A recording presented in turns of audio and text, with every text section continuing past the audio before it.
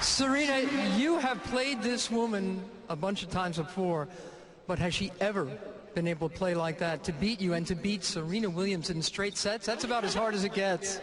Yeah, no, she played really, really well. You know, she's a great player, and it's good to see. I tried my hardest, and she just kept hitting winners, and I was just like, oh, my God, what am I doing? I tried, and, you know, I had fun, and, you know, it's good. Tell me what happened at the beginning of that second set when you had it out with the chair umpire. It actually seemed to energize you. Can you talk about what happened? And at least for a while, certainly these fans changed their mind about what was going on out there too. Yeah, you know, I was just doing my best, and I hit a winner, but I guess it didn't count. So, you know, it wouldn't have mattered in the end. Sam played really well, and, you know, thank you, Joe, for letting me get this far. It's been an arduous road. 6 months ago in the hospital, I never thought I would be standing here today, and I didn't think I'd be standing, let alone here, so... It was that bad. Pardon? It was that bad. Oh yeah, I was pretty close, but you know, thanks to my mom and my sisters and my dad and, you know, Sasha and Esther and Mackie, who's been great on my team, and Suzanne and Jill and everyone over in my box that's been so supportive. It's been unbelievable. I'm really emotional. I might start crying, but thank you so much. It's really been good. Well, ladies and gentlemen, in addition to being a finalist here tonight, Serena also finished first in the Olympus US Open bonus challenge, and because of that, because you got to the finals here, you're going to get an extra $500,000 of bonus prize money. There you go. And now on behalf of the USTA, John Vergozen will present the finalist trophy. Thank you.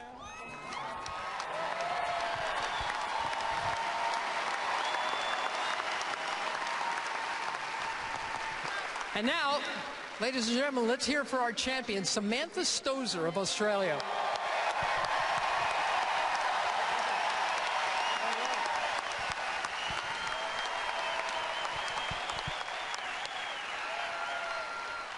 Is it fair to say you had a good night?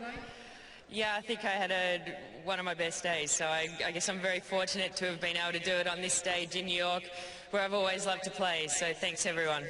You have been dreaming about this since you're about 10 years old?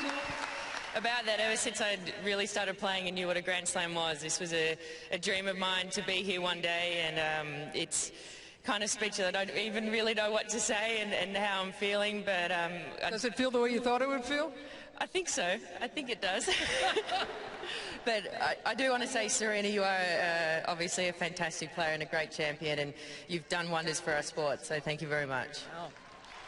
Very nice. It's about 8:15 in the morning in the Gold Coast, Monday morning. You figure a couple of people have just watched this back home? I think so. From the messages I was getting, lots of people were getting up early and watching, and so thanks everyone back home for supporting me. I don't know what to say. All my friends, all my family, and everyone else, thanks so much for supporting me all the time, not just today, but forever. So I look forward to coming back home. You'll probably have a couple of people greeting you.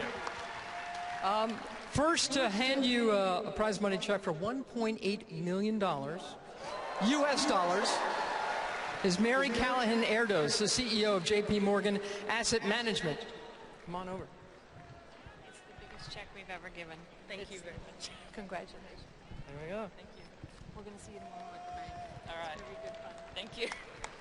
And now on behalf of the USTA, John Vergozen will present the US Open trophy to Sam Stosur.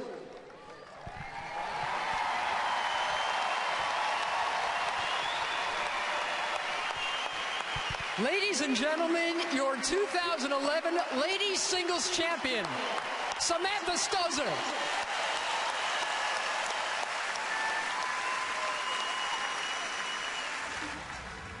"27 years of age, and a Grand Slam champion for the first time. Boris, what floods through your mind when you lift a trophy like that for the first time? Well, as she put it out, you don't know what to say. You're so overwhelmed with emotion. Obviously, she didn't really expect to win today. You know, she has never won a Grand Slam before. She hasn't prepared a winner's speech like Serena would have done for sure. And it's good to see. You know, she comes across as a real true sportswoman, a real Australian, and a very, very sympathetic. Sympathisch in Deutsch. It's good to see those similar upsets. in English. Yeah, similar in English, I hope. It's good to see those upsets in a way, because that's what sport is all about. It's not predictable. You never know who's going to win. Doesn't matter the scoreline. And she's going to be able to build from this, is she not, Annabelle? Well, I really hope so. I mean, you know, she's built her levels throughout the course of the sort of latter stages of her career, as it were, because she was such a great doubles player, and no one really expected her to kick on the way that she has in the last few years with her singles play. But as I said before, I've been so admiring of the way she's gone about her business. But, you know, I don't want to be negative here, but you know, the memories of Svetlana Kuznetsova, who won her Grand Slam title here back in 2004, and then just absolutely couldn't cope with the pressure and just found it so shackling, and really didn't enjoy it, and sort of went on the downward slide afterwards. But you sort of think that with Sam having reached the finals of the French before, she's built on that, come out here, played the perfect match. I just feel that there's, you know, there's a lot there, and perhaps she can go on and win many more. Well, the other thing which is very interesting in the women's game, now we've had 3 brand new first-time Grand Slam winners. If you look at Kvitova at Wimbledon, then after that we had at the French Open Li Na, and now Sam Stosur. And for the lot of them, I think Sam Stosur has that little bit more experience. Her movement was exceptional today. She's got the serve, the forehand, she can volley, and I hope she pushes on and becomes a big star and gets multiple majors, because that's what we need next. Well, Serena says she had fun, and also said, I hit a winner which didn't count. But well, I sort of have a little bit of sympathy for her. I think Boris was almost saying the same thing, that even though the rule says, you know, deliberately sort of putting off your opponent, I didn't feel she did it deliberately. She did it naturally, saying come on, but it was too early. She said the words come on before her opponent had a chance to hit the ball. And so it is a debatable thing that the umpire took that decision. It's a little bit like, as you were saying, Boris, you know, it's up to the umpire's discretion. And the other day we were all just debating the umpires talking about Chilic's time wasting. And, you know, does every umpire do that on every single ball?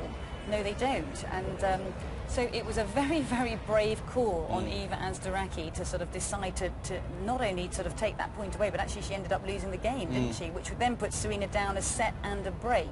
So, I mean, at that stage, tempers were absolutely boiling, weren't they?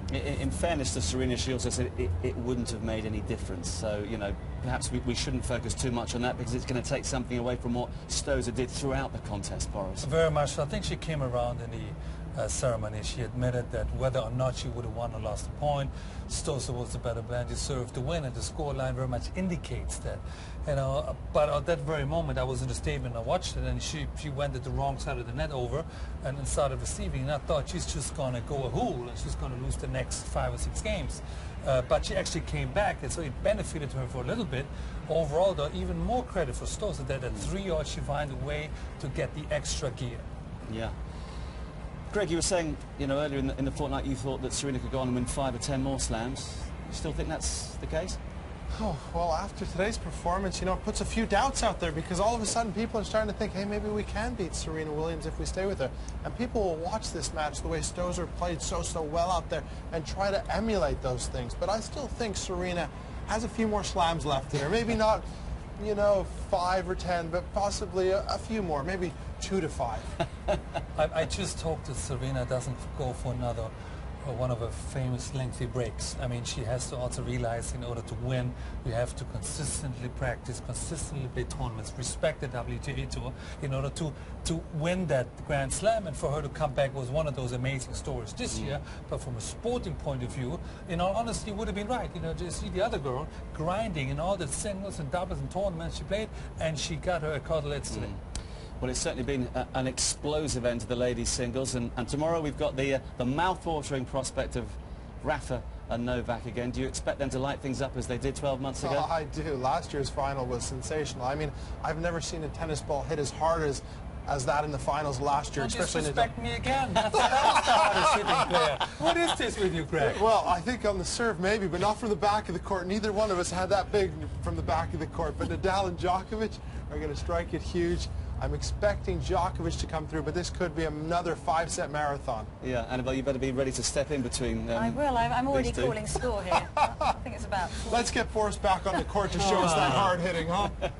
Fred Stolley said the other day, Rafa, and at the time we went, are you sure? Are you starting to think that that was an inspired choice from the former champion? Well, it was an interesting choice that he said it so early on in the tournament, when there was a long way to go between then and now, and we were all thinking that maybe Rafa's confidence wasn't as high coming into this event. But I mean, it's a perfect final. World number 1 up against world number 2.